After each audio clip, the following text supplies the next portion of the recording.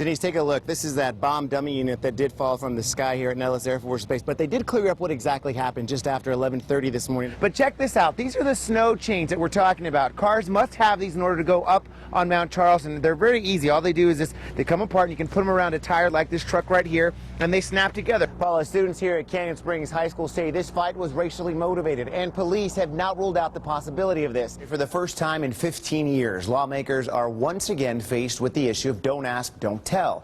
James Davis was in the Air Force for 20 years. He served in Operation Desert Storm and Operation Iraqi Freedom, fighting along other servicemen and women. James Davis is gay. We're on the 64th floor here at Mix at the hotel, and the party is getting started. Paula, we've just learned that Silver State Helicopters officially has declared bankruptcy. You may remember Jerry Ola, his name. He is the owner of this company. He ran for sheriff during the last election, and he lost to now Sheriff Doug Gillespie. Students and employees are now wondering what to do. Look, I'm not going to say anything on your camera, so okay. Need to leave. Who are you with? You need to leave right now. No one was willing to talk at Silver State Helicopters today, just one day after employees and students were told the company was folding up shop. Mechanic Gene Federico says he was in California yesterday when he found out the business was closing. We got a company-wide email saying they're closing the doors. At 5 o'clock, we were terminated, and we would get notification as to how to pick up our belongings. So I just picked up my toolbox, and now we're not allowed in. So this is it. We're out of a job. And he's not alone. Alan Duncan moved here from Missouri and took out a $70,000 loan to get his pilot's license. He was supposed to get that license tomorrow morning. I really don't know where to go from now. It's I don't know of any other schools in this area, and I feel like I'm kind of trapped, really. I moved up here, and now it's like, what do I do now? In 2006, Jerry Arola, the owner of Silver State Helicopters, told the Channel 8 I-Team he always did what was needed to keep his business flying high. The business that I have, the helicopter company, what people don't see, the behind the scenes, is when you're building a business, you roll up your sleeves and you work 16-hour days and you do whatever you have to do to make it happen. And clearly that didn't happen. We did try to contact Mr. Arola for comment today, but he was nowhere to be found. As for Duncan and a number of other students, we've been receiving emails all day since this story has been happening from not only students here in Las Vegas, but across the country where he has other schools. They've been emailing us, telling us that they took out student loans for about $70,000. Now they're worrying as to how they're going to have to pay this. Reporting live, Chris Saldaña, Channel 8 Eyewitness News. Channel 8's Chris Saldaña has one woman's story whose volunteerism turned into an emotional reunion with her 29-year-old son who'd been missing for years. In the sea of hundreds of homeless people, a Kansas mother came to Las Vegas for two reasons. One, to volunteer. Two, in hopes of finding her son who had been missing for 4 years. She was able to do both.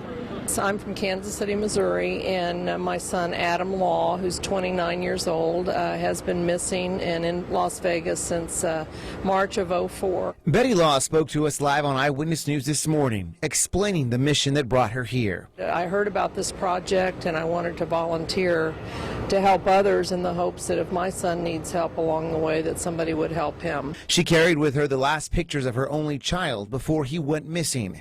Minutes after our live interview, she found him. The two walked away to talk privately. She talked to us after their reunion. When he immediately recognized me and said, "Hi, Mom," and I can't even explain how it felt. It was just so unbelievable. She never expected to find him. No, I really didn't expect to see him. I came here to help others. So I just think it's a miracle. He did admit to his mom he may be suffering from a mental illness. He says he has extreme panic attacks. And he made the comment, "I don't think that I'm bipolar." Somebody said I might be. The emotional start to her day didn't keep her from volunteering, hoping to help others just like her son Adam. Chris Saldaña, Channel 8 Eyewitness News. Dave, if drivers don't have snow chains or snow tires, they're being turned away, but that's not stopping them from having some fun. I want to go ahead and show you the side of the road here. This stretch of road has become a virtual parking lot. People who can't make it up to Mount Charleston are just pulling over, parking and having a good time here, making some snowmen, having some snowball fights, and even some snow angels. But check this out. These are the snow chains that we're talking about. Cars must have these in order to go up on Mount Charleston. They're very easy. All they do is they come apart, and you can put them around a tire like this truck right here, and they snap together. Once they're snapped on, you can make your way up to Mount Charleston.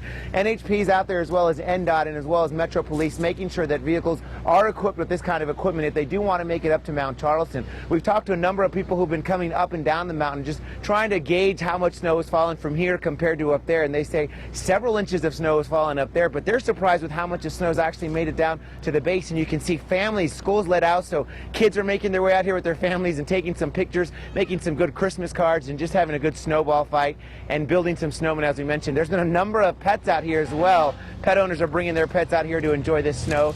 It's all a lot of fun for everyone who's enjoying it. Reporting live, Chris Saldaña, Channel 8's Eyewitness News. Dave, Paul Jones started collecting baseball cards 11 years ago when he was 11 years old. But it's more than just breaking a world record for him. It's been a life-changing experience. This is my Roger Clemens jersey.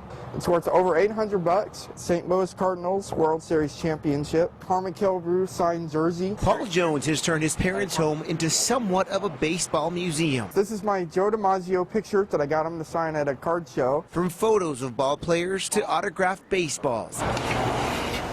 But his passion lies in baseball cards. It's over 618 cards of them. He will soon hold the Guinness World Record for most cards collected by a single person. But it's more than just collecting cards for Jones. I'm missing gene 16 from my head. With 16, 17, 18 is how you take in information and process it. 22 years old and living with his parents because of his disability, there were times in his life when he would not talk for months. I kept to myself. I was shy, a nervous person. You know, I kept to myself, didn't really talk to anybody. You know, I was basically a loner. His father says things changed when he got his first set of cards from a baseball player at a game. The doctors had told us that Paulie's going to reach a certain level in life, and that's going to be it, and, you know, don't expect too much. Soon his parents started using baseball cards as a learning tool. This is how he learned geography. Florida, Dunedin Blue Jays, Jupiter Hammerheads, Palm Beach Cardinals, Florida Marlins. And as for his name, now etched as a world record holder, Jones says this. Because I want to be known as one of the greats. I want to be remembered. And I'm sure he will. Mayor Oscar Goodman certified his cards this past weekend. The paperwork will now be sent to the Guinness Book of World Records for his name to be added as a record breaker.